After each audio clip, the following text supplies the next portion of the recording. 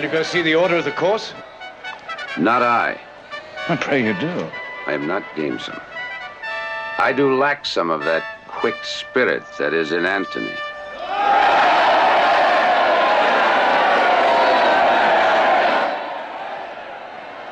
Let me not hinder, Cassius, your desires. I'll leave you.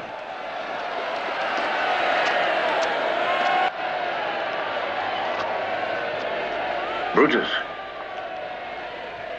I do observe you now of late. I have not from your eyes that gentleness and show of love as I was wont to have. You bear too stubborn and too strange a hand over your friend that loves you. Tell me, good Brutus, can you see your face? No, Cassius, for the eye sees not itself, but by reflection. I have heard where many of the best respect in Rome,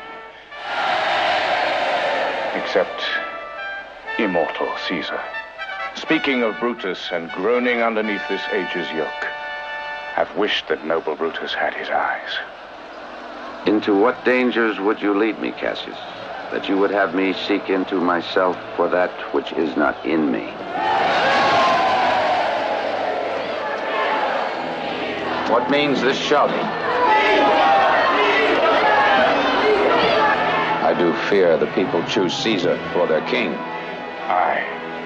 Do you fear it?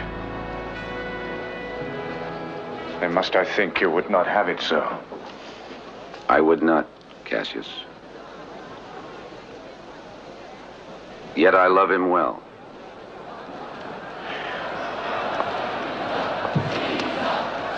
I cannot tell what you and other men think of this life. But for my single self, I had as lief not be as live to be in awe of such a thing as I myself. I was born free as Caesar, so were you. We both are fed as well, and we can both endure the winter's cold as well as he.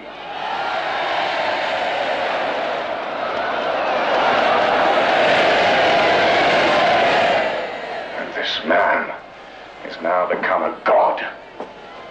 And Cassius is a wretched creature that must bend his body if Caesar carelessly but not on him.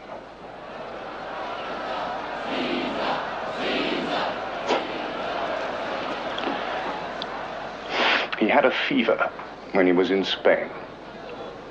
And when the fit was on him, I did note how he did shake.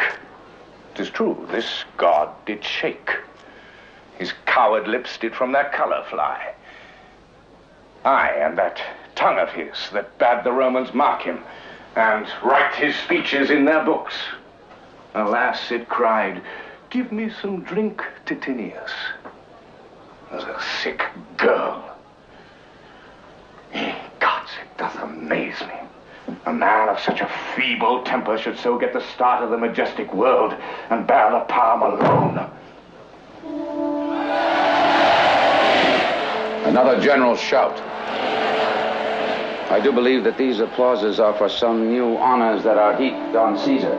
My man, he doth bestride the narrow world like a colossus.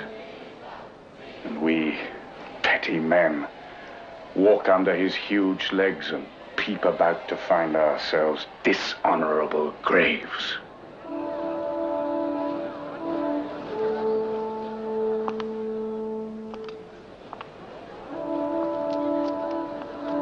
Men, at some time, are masters of their fates. The fault, dear Brutus, is not in our stars, but in ourselves that we are underlings.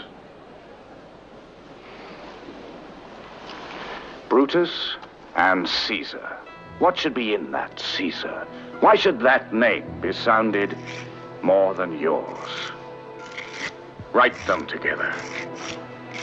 Yours is as fair a name. Sound them. It doth become the mouth as well. Weigh them, it is as heavy. Conjure with them. Brutus will start a spirit as soon as Caesar.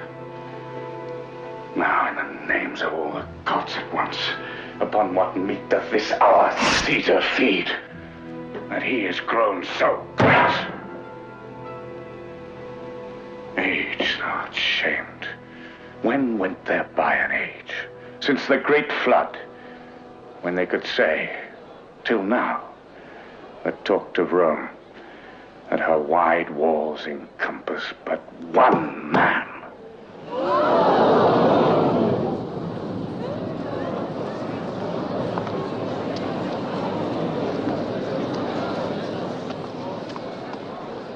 What you have said, I will consider. What you have to say, I will with patience hear, and find a time both meet to hear and answer such high things. Till then, my noble friend, chew upon this. Brutus had rather be a villager than to repute himself a son of Rome under these hard conditions, as this time is like to lay upon us. I am glad that my weak words have struck but thus much show of fire from Brutus. But look you, Cassius, the angry spot doth glow on Caesar's brow, and all the rest look like a chidden train. Calpurnia's cheek is pale, and Cicero looks with such ferret and such fiery eyes as we have seen him in the Capitol being crossed in conference by some senators. Antonius. Caesar?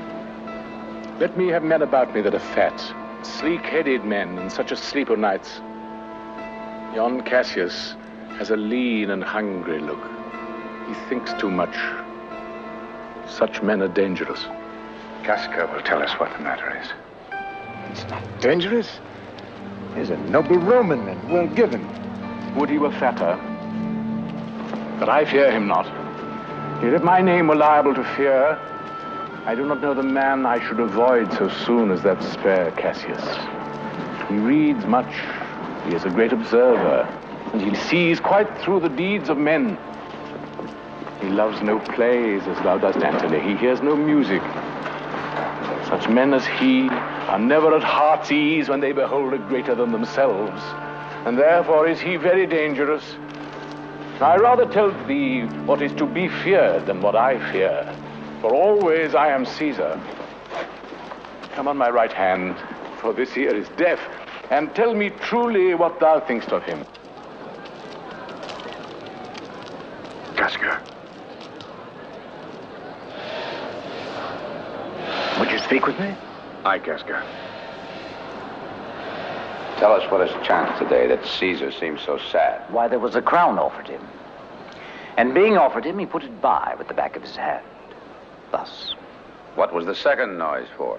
Why, for that too. They shouted thrice. What was the last cry for?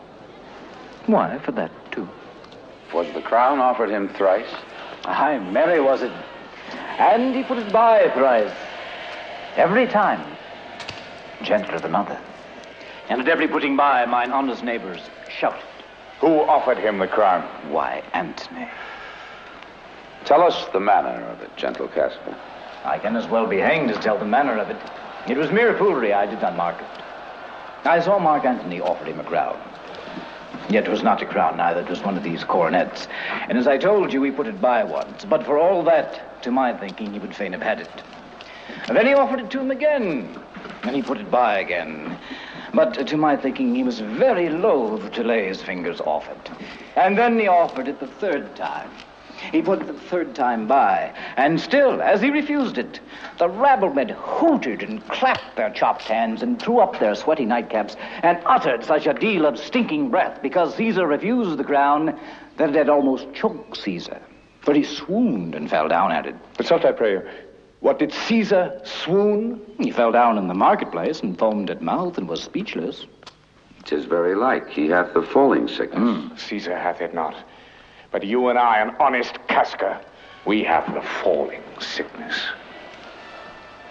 I know not what you mean by that. But before he fell down, when he perceived the common herd was glad he refused the crown, he offered them his throat to cut. And so he fell.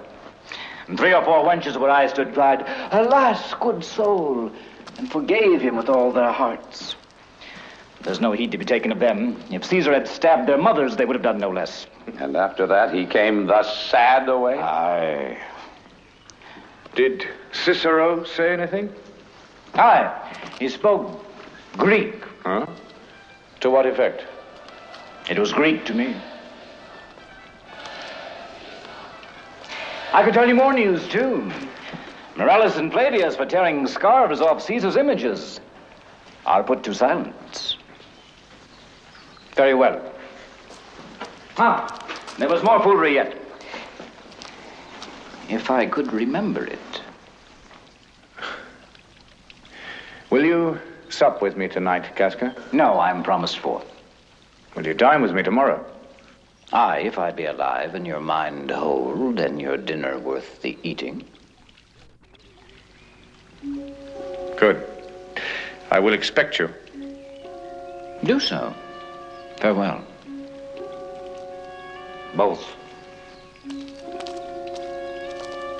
Till then, think of the world.